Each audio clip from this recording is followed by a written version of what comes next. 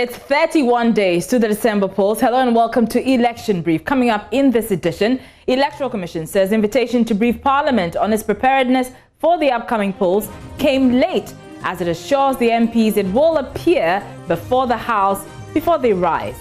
We'll get a reaction from Parliament. Also, some presidential candidates increase calls for police protection for presidential hopefuls ahead of the December 2020 polls, following assurances by government to deploy 200 police personnel to guard members of parliament until the end of the year.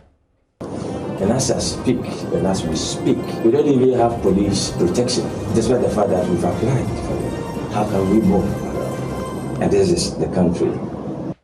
We'll hear from them and speak live with APC flag bearer Hassan Ayaraga, who says the lives of presidential candidates are even more at risk and requires police protection. Also, former President John Dramani Mahama promises to retool and resource the security services to fight crime when he recaptures power. Your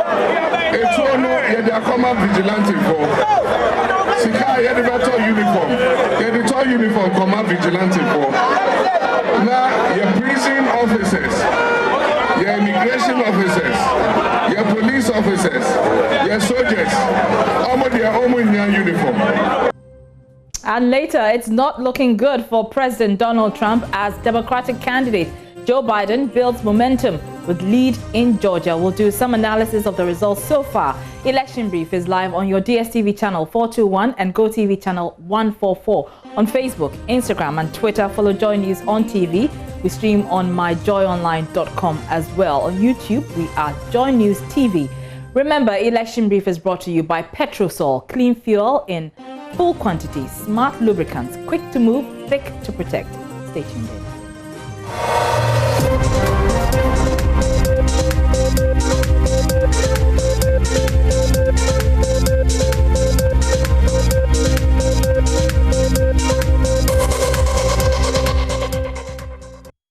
Thanks for staying with us. Now, the Electoral Commission says the invitation to brief Parliament on its preparedness for the upcoming polls came late, but has assured the MPs it will appear before the House before they rise on Saturday. Now, officials of the Electoral Commission were scheduled to appear before Parliament yesterday, but failed to turn up. There have been mixed reactions from MPs, with the minority reacting angrily to what it described as a snub. Yesterday, Minority Leader Haruna Idrisu asked the EC boss to explain to Parliament why she should not be cited for contempt for failing to honor its invitation. Minority Chief Whip Muntaka Mubarak also accused the EC boss of repeatedly shying away from Parliament, while my colleague Joseph Opoku Gakpo has been speaking to Inusa Fuseni, and we'll be bringing you all of that much later. Mr. Chairman, that is not fair. We need to be told where is she, and she must be summoned. She cannot refuse to appear before us. She has consistently avoided this house. It is not fair that we allow this to continue, Mr. Chair. We need to be told she has to be summoned to be here. Thank you.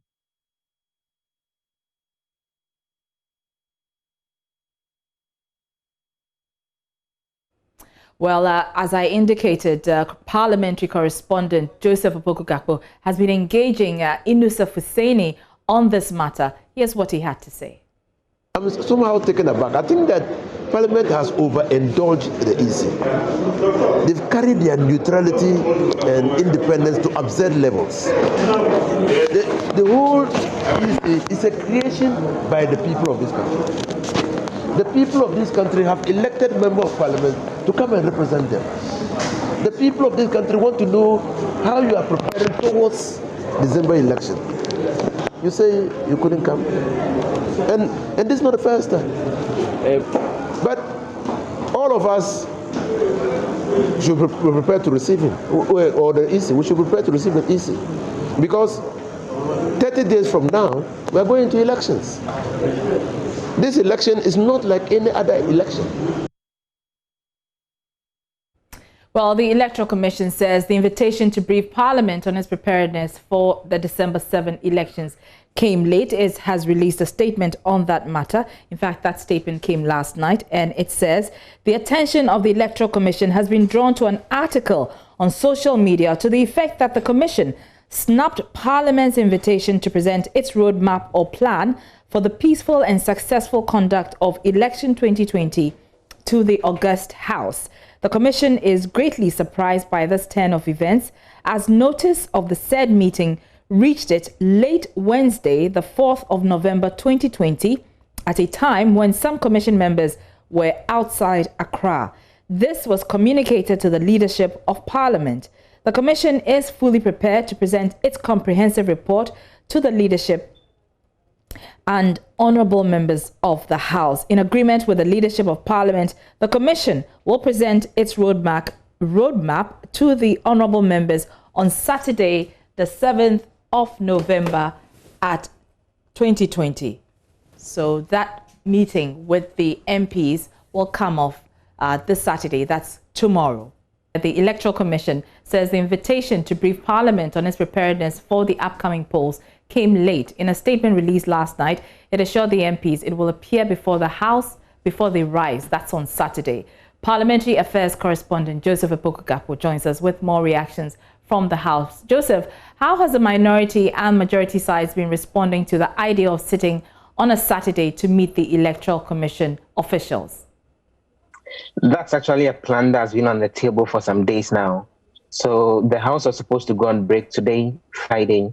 Initially, the majority leader indicated that because today is Farmers' Day and everyone thought it was a holiday, the House wasn't going to sit today. So he requested that an additional day be added on so that the House eventually rises tomorrow, Saturday, which is how come some businesses have been programmed to take place on Saturday. And the conversation around the Electoral Commission boss coming in actually sat within that they would then join the business on Saturday and get their conversations done. Except that yesterday, then again, the leadership indicated that there is so much work to be done that although today is Farmers' Day, because it's not a holiday, the House will additionally sit. So just to be clear, the House is not sitting tomorrow just because the Electoral Commission had said that they would want to come brief MPs on Saturday, on tomorrow. In fact, the indication from the majority leader, Sechi Mensah-Bonsu, is that this is something that they had agreed with the Electoral Commission. Yesterday, he defended how come there was the late notification to the EC and their inability to show up. He said he had initiated the processes. The clerk was supposed to send out the letter. The letter delayed. That's how come the invitation got to the EC just the day before. So for the majority, they are very comfortable with the officials of the EC showing up tomorrow, Saturday, to brief MPs. But the minority is not exactly happy. Yesterday, we heard from the minority, Rahina Idrisu, who is calling for a situation where there should be even contempt of Parliament brought against the Electoral Commission board, because he said that repeatedly they've invited them and they've not showed up. Inusaf Hussaini, the ranking on the Constitution and Legal Affairs, made the point that the EC has treated the House with impunity. He thinks that the EC is taking its independence into an absurd level, which is out of place, and that they are accountable to the people of Ghana. But he claims that on about 3 different occasions, they've sought to get them to the House to respond to questions, and they've not showed up, which is how come they think that this latest development is out of place. But they look forward to meeting them tomorrow and asking them all the tough questions that they have for them.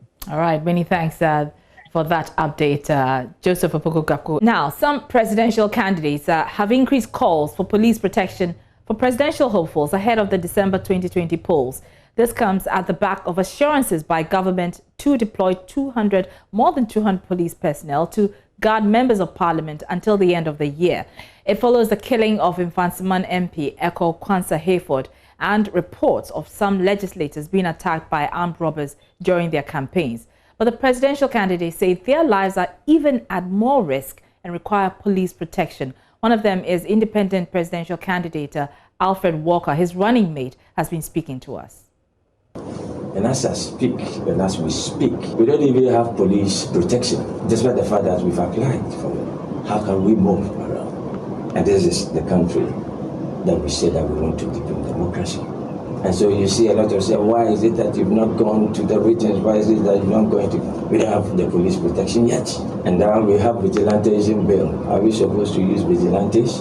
And so we do things as a nation as if we do not understand what we're doing. And that is why we know that it's time for us to change. We are not politicians. We are solution-oriented people that we've offered ourselves for the sake of our country to sacrifice whatever that we have for betterment. He said, let's not take it ourselves. The minister, the National Security Minister, Honorable Dapa, said that the grounds are not as serious. They know. I mean, if people can go to Takwan Shuayim to go and chase and maim the family member of the MP over there, are you saying that we are safe in this country?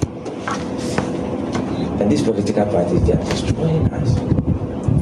And I always tell people, because I'm meeting you and you are journalists, that is why I say, when we heard in 2019, Dr. Williams was saying that either NPP or NDC, if either of them win this 2020 election, this nation will be in chaos. That video is there.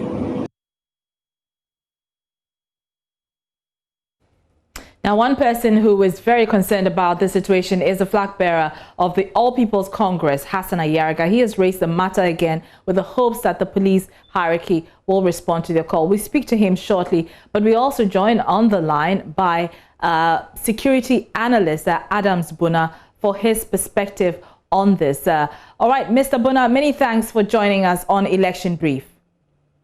Thank you very much.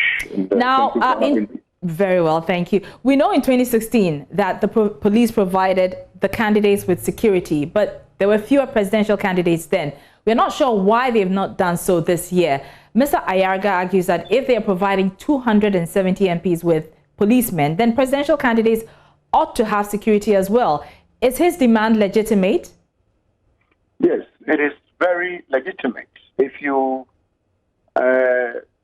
take into consideration the level of crime we are recording, within, Accra and outside Accra on our highways, and the level of probably call it movement, the number of movement these guys are doing, presidential candidates and parliamentary candidates and MPs alike, or the politicians, one would have expected that, as the convention has always been, the police hierarchy or the police would have put in place, call it escort, or put in place guard service for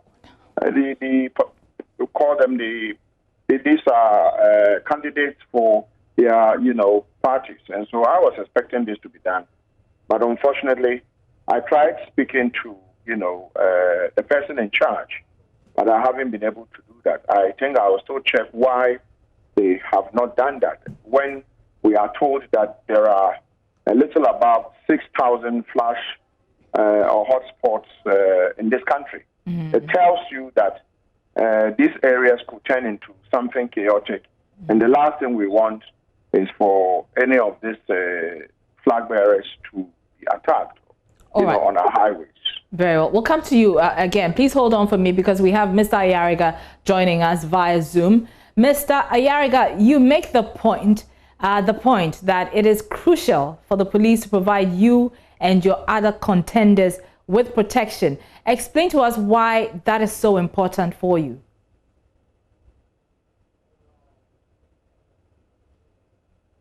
All right, we don't have Mr. Ayariga on the line. We'll try and reach him on the line, but Mr. Buna is on the line with us. He's still on the line. Mr. Buna, so given that, the police has been complaining about resource constraints as well as human resource constraints, do you think that it is practical for government or the state to provide these flag bearers, 11 of them, with personal security? Well, they are less than 11. You have the flag bearer for the NDC by law is supposed to give in, police, protection. He has a dispatch right, and he has to be fully protected because he's an ex-president, and he is also standing. And so for him, he would not necessarily need a police protection or security protection. Mm-hmm. If you take the president himself, the state provides him security. Even after the 7th of January, if it happens that he's no longer the president, he will still be entitled, he will go home with his security. And no, not him. I'm saying, do you have pictures? Say it again. Please go ahead. Yes. Then you take into consideration the remaining flag bearers would be the other 9, and the other 9 would have their running mate. And so my expectations are that the 2 of them wouldn't need it, but then I'm expecting that at least taking into consideration the vice president doesn't also need it. So 3 of them out of the way. And so 2 for each of these parties that are put forward a candidate to be voted on.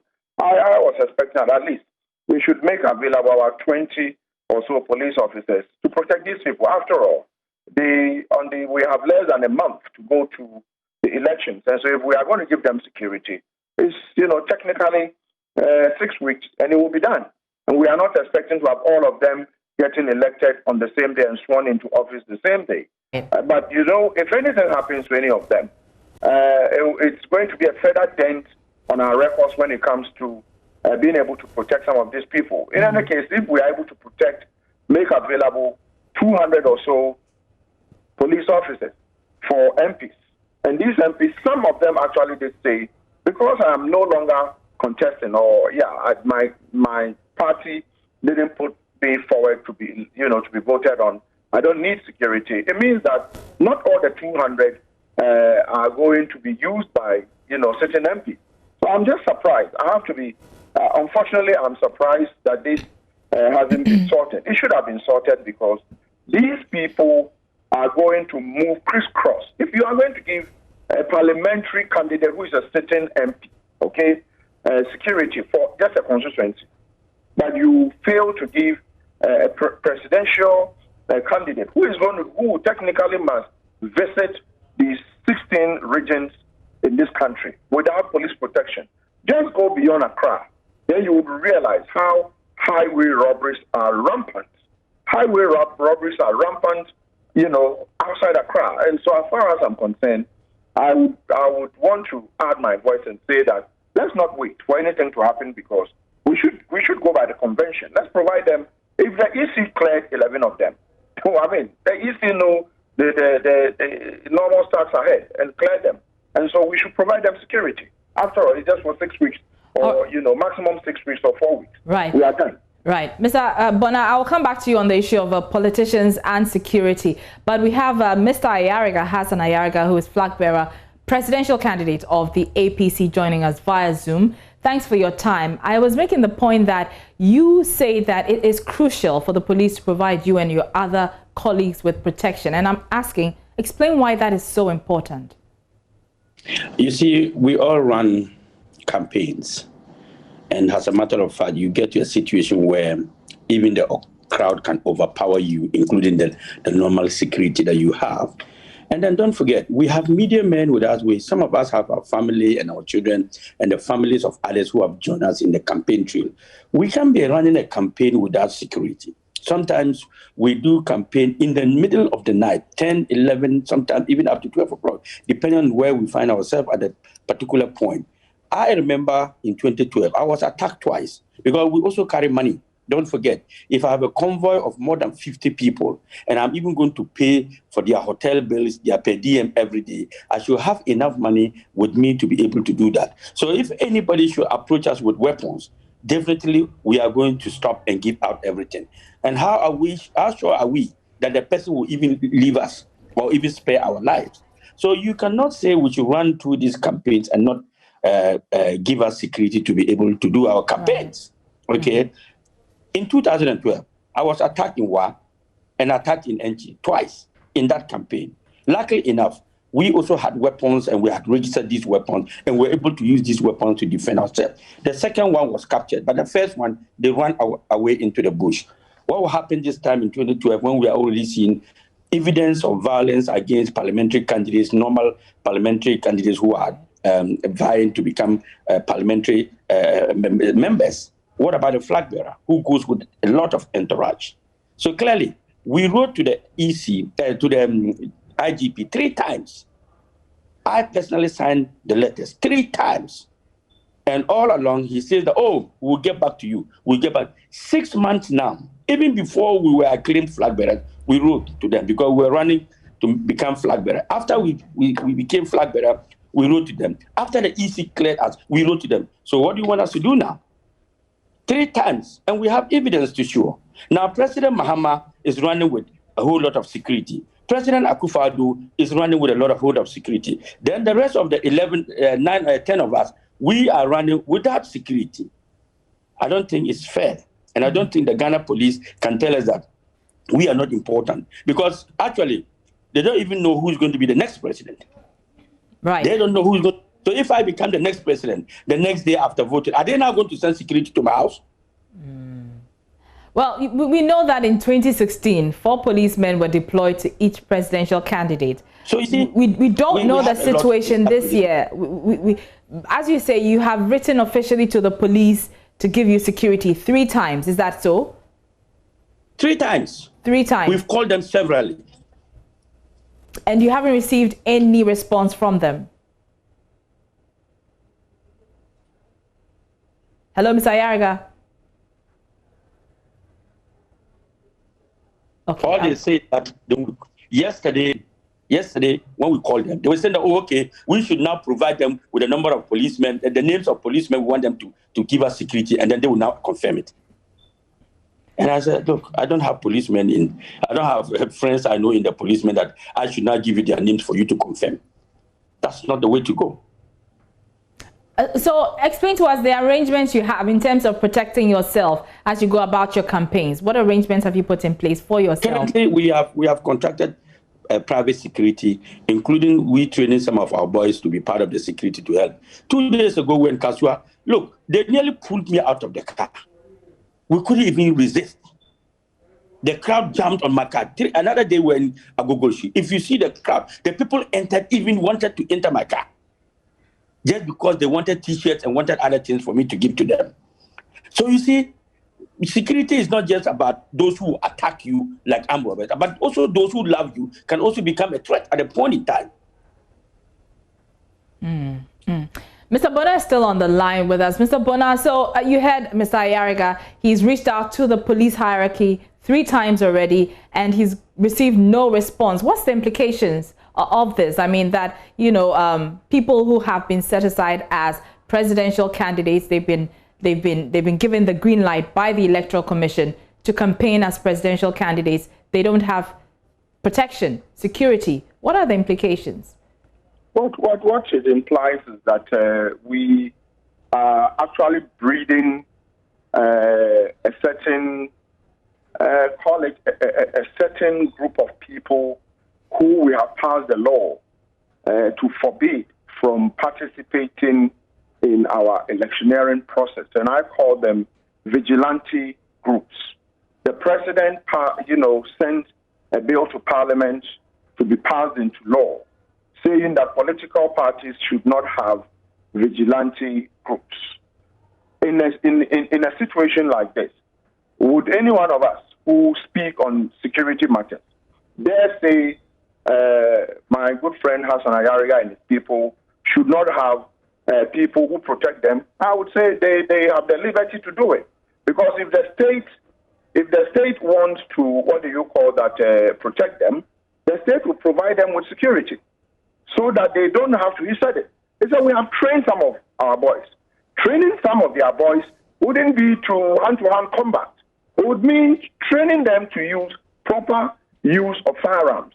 And when these people, if it continues, they are going to train a lot of their people, because if their membership begins to grow, followers begin to grow, the larger your followers, the more, risky or busy, or what do you call it, your situation is going to be. Right. And so I was expecting that the police it is something that I cannot really explain why, because the convention has always been providing these people, in any case, like I said, this after 7th December, maximum 11 for. So if there's no declaration, we go into the second round. If there's a second round, most of them would not be contesting anymore. So why not give them the security? I am appalled. I would want to see a situation where someone at the police hierarchy, somebody should call the these presidential candidates into a room. Don't just tell them, can you give me a list? I mean, it doesn't work that way. Call them into a room, ask them, what is the situation like? Okay, if you have some names you can give us, fine. If you don't have, in the next 24 hours, we'll give you security. Right. This is how proper functioning security architectures work.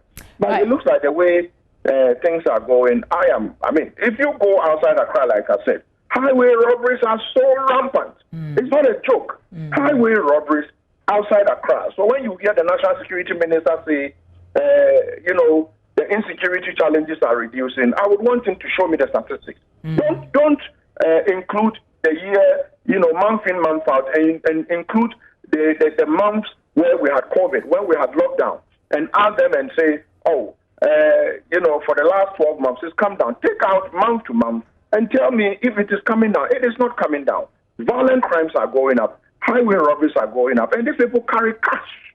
They carry cash. Most armed robbers want cash. And so as far as I'm concerned, somebody would have to act. Or else, if something else happened, I mean, we can all speak about it, but the truth is that it is not very good for democracy. It is not at all good for democracy. Thank you so much for your time. That's Adams Bona. He's a security analyst. I have Ms. Ayariga still on the line with me.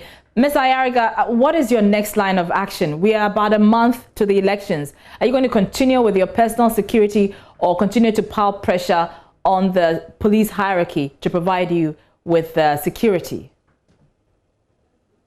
I think that if I want to be honest, I'm not sure the police IGP is interested in giving political parties.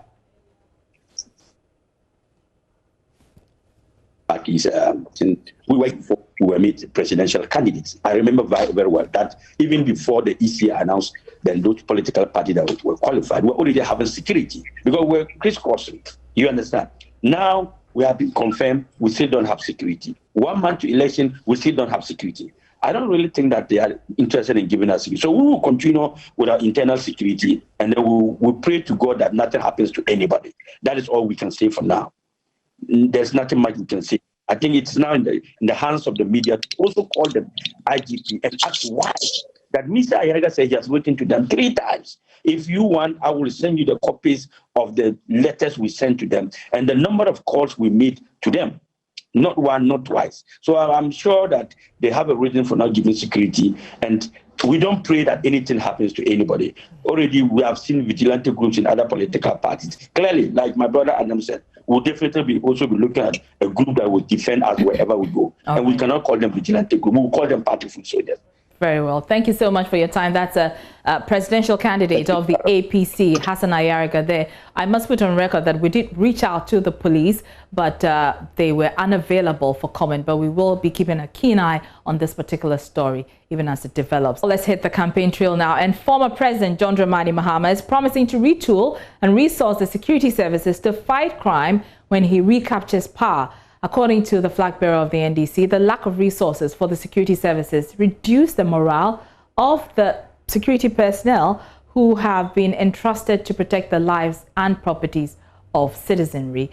The NDC's flag bearer has been addressing a mammoth rally at the Koforidua Prison's Park. Let's watch it.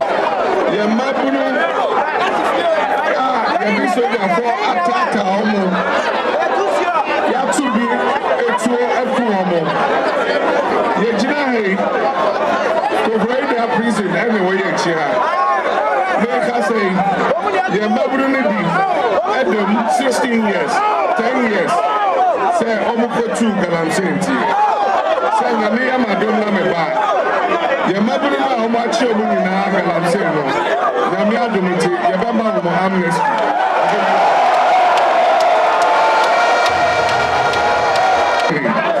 Into almost form that I know. You're the only one to if you ask them. You're the only one to be shown. So, you're a seven pro.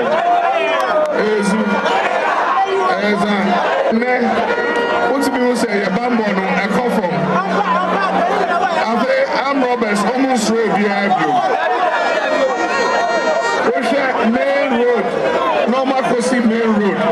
Now, you are every say, you say a bamboo podium.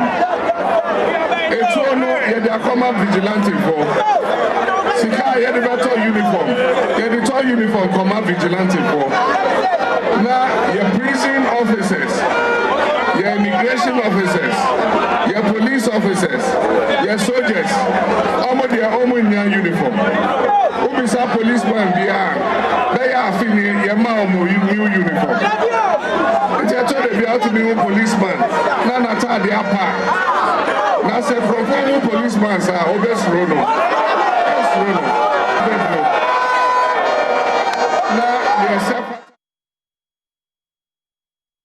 Correspondent Kofi Siao is following the former president's campaign in the Eastern region. He joins us on the line with more. Kofi, so first of all, translate what the former president has been saying. Okay, so what the former president has been saying is that the NPP government led by Nana Akufo-Addo has rather given the arms and ammunition of the state to the vigilante branch of the NPP, and they are out there perpetrating violence against it. He says that these are people who are not recognized by the state, but they still go ahead and perpetrate acts of violence against the citizens of the state. So he has been saying that when he recaptures power, he's going to stop that and ensure that people who are recruited into the state security are rather those who are given these ammunition to protect the lives and properties of the citizens. So this is what he has been saying in Florida when he mounted a platform to campaign in the region. And Kofi, beyond the assurances of retooling the security agencies, what else has the former president been saying? Well, he's also been speaking about the implementation of the free SHS. You know, it's been out there that when he comes to power, he's going to cancel it. But what he says is that he's rather going to ensure that the implementation of the free SHS is done so well. He's going to enhance it so that it will include the private schools as well. And what has been the response from the people of Koforidua itself? I mean, that's a region that's mostly won by the governing MPP. Yes, it's a seat for the NPP in the region. But this time round, if you see the crowd, I can tell you that the support given to the NDC flag bearer is overwhelming. And it will not be surprised that this time round it's going to make an impact in the election. All right. Many thanks for that update. Kofi Siao is our Eastern Regional Correspondent on that beat with the former president's campaign in the Eastern region. Now, managing editor of the Daily Dispatch newspaper, Ben Efson, is predicting there will be no runoff in the December 7 presidential election. The pollster is of the opinion that none of the candidates vying for the presidency can win with a margin close to the 1 million votes Nana Akufo-Addo garnered to win in the 2016 election. You know, in 2016, then candidate Nana Akufo-Addo defeated President John Mahama of the NDC with more than 984,000 votes, representing 53.8% against the 44.4% polled by Mr. Mahama. Let's get on the line and speak to Mr. Efson for some more analysis on this. Many thanks for your time, Mr. Efson. Clearly, the signs point to a much keener contest this time, but you say it will not end in a runoff. Why do you say so? Well, thank you, Araba. I think that what we've been doing basically with the swing regions is because of COVID, we've just concentrated on the swing regions and the swing areas where the parties go 45, 40 at the polling station. It will be a bit closer. There will be a first round. We are looking at the numbers. It will be a bit closer, but there will be no runoff. Okay, so it will be a one-touch victory. Essentially, that's what you're saying. Yes. But if it won't exceed the margin that we saw in 2016, how close will it get? Because clearly the contest is very, very keen. Oh, yes. I mean, I'm sure in 2 weeks, by the time I finish with the numbers, I'll put it out. I mean, you know, there are now about 10 candidates. There are 12. 10 are just add-ons, you know. And as incumbents, there are going to be disadvantages there. When you are an opposition party, you have a lot of advantages want to try you. Between Mahama and Akufo-Addo, now everybody has had one term, and everybody is comparing. That makes it a bit more competitive. than 2016.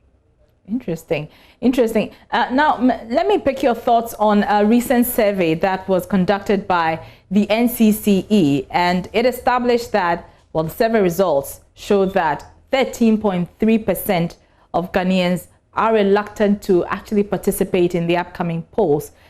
How will this reflect on the elections and the election results on December 7th? Well, I think that basically the EC will, normally the trend has been whenever there's a change of government, the following election year, there's a higher turnout. In 2016, it was just about 69. And normally, it's usually 10 percentage points more. And I hope that it's a bit thorny, but I hope the political part, the EC comes out. There's a law they have to obey. Whether, if you don't have a mask, whether you can vote.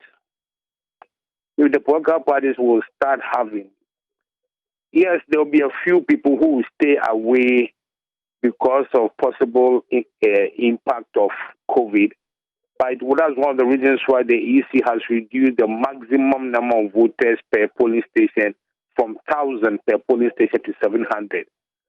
And I believe that the EC should insist that voters put on their masks. So if maybe you're a political party and want to facilitate your supporter voting for you, you have to provide the face masks. That will give some assurance. And when that happens, I believe there will be maybe close to 80% turnout. Many thanks. That's a pollster and managing editor of the Daily Dispatch newspaper, Ben Efson here. You're still watching Election Brief with me, Araba Kumsin. We'll be right back after this break. All right, now the National Democratic Congress parliamentary candidate for Ayawaso West Wogon, John Dumelo, has denied plans to incite violence with a video clip that went viral on social media. Mr. Dumelo was captured in a video pointing out that his party is wide awake and will not forgive any culprit when caught perpetrating electoral malfeasance. Watch. Because in pasa omu peso mu wie mu na mu peso mu wie mu a ye be tie omu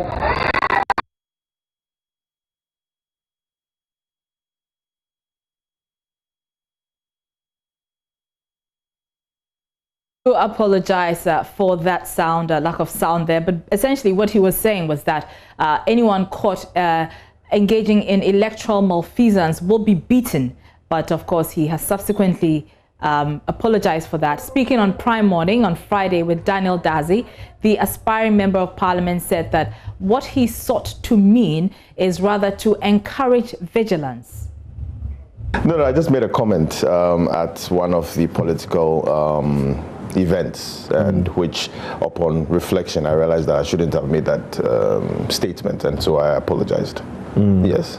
Why do you think you were moved to make the statements in the first place? And it's not everything that we can repeat, but it was something that seemed to encourage violence. Well, it was about encouraging violence. I think for me, what I sought to say, or what I wanted to say, was let's be vigilant at the polling stations. And so I think I just, went a step further just to, make some comments, which, of course, I apologize, because I realized that after that, it sort of meant, okay, I'm asking my people to do this, or I'm asking people to do this, which is not right, because I'm a peaceful person, I'm a peaceful man, and we need peace in this country. And so when politicians make certain comments, it is only right for them to come back and say, you know what, I shouldn't have made this comment, and I'm sorry about that. So is it that you feel the comments did not encourage violence? Because I mean, from what I saw, and I'm going to read a transcript of what I saw, said, let's be vigilant. We know they want to rig the elections because they'll be caught.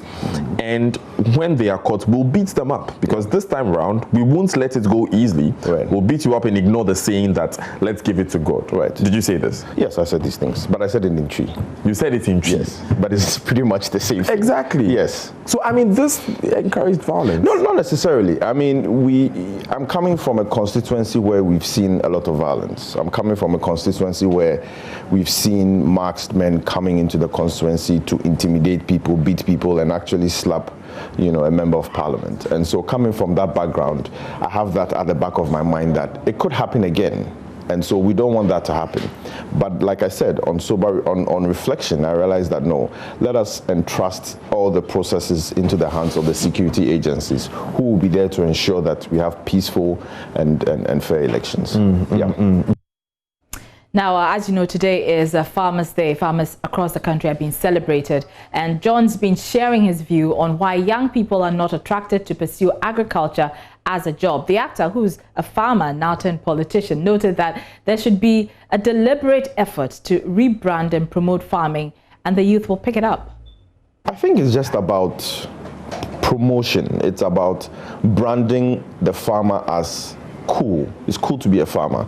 I mean, in 72, when Achampon came, he did Operation Feed Yourself, and it worked well. I mean, even though it had some challenges, but it worked well. And so I think we need a plan. We need to rebrand farming and say, look, it's cool to farm. So if you want to farm, this and this is what we can give you to farm. When your produce is ready, we can market it for you. You can get some money, and it's okay. And so I think it's just about rebranding farming. And now I get more people asking me, hey John, I want to farm. How do I start? How do you do this? And I think slowly it's catching on. It's cool to farm, because now, I think years ago, if you say you're a farmer, it's like, Charlie, where you pa. But now if you say you're a farmer, it's cool, you know. Now, the Fomena constituency in the Ashanti region is ordinarily not a battleground constituency. Indeed, the New Patriotic Party has been winning it by averagely 75% every single electoral cycle. All 5 different MPs who have represented the constituency have been affiliated to the NPP since its creation in 1996. But why has the constituency been cast into the media spotlight over the past few weeks? Our Constituency Watch show, The Battleground, discussed it all in a constituency where the incumbent MP is running as an independent candidate. There's more in the following report by Nanaya Jima. Has been one of the safe seats for the New Patriotic Party in the Ashanti region. For 3 consecutive times, the NPP has changed its parliamentary candidates for the seat. Some aggrieved party members point at constituency party chairman Kofi Anti Asamoah as main architect, despite the role of the majority to keep one person for continuity. Here is aggrieved former party communication director Seth Odro. With the inception of Chairman Abasinti into office, and with the support of some regional executives, everything has changed. All MPs who have come after Honorable Afrifa had only 1-term mandate, which is 4 years. For this reason, the party in the constituency is currently divided between incumbent MP Andrew Amankwa Esiama and Philip Ofori-Asante, who is standing in for the NPP after the NP refused to contest in the party primary. Party chairman Kofi Anti Asamoah denies any wrongdoing, insisting the party under his watch is democratic. After noticing the delegates he contested in court will be voting in the primaries, he had to withdraw from the contest. He knew they were going to vote against him. I am not the one who votes out MPs after they serve 1 term. Let Afrifa, I'm a youth organizer. The 3 times. The NPP, after unsuccessful attempts to get incumbent MP to rescind his decision to contest the seat, has intensified campaign in the area. President Akufo-Addo and his vice, Dr. Mahamudu Bawumia, on separate occasions visited the area to campaign for the party's choice.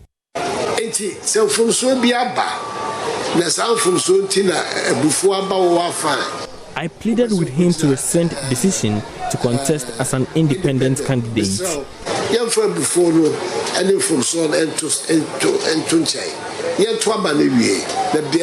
I assured him I would resolve the issue. President to me,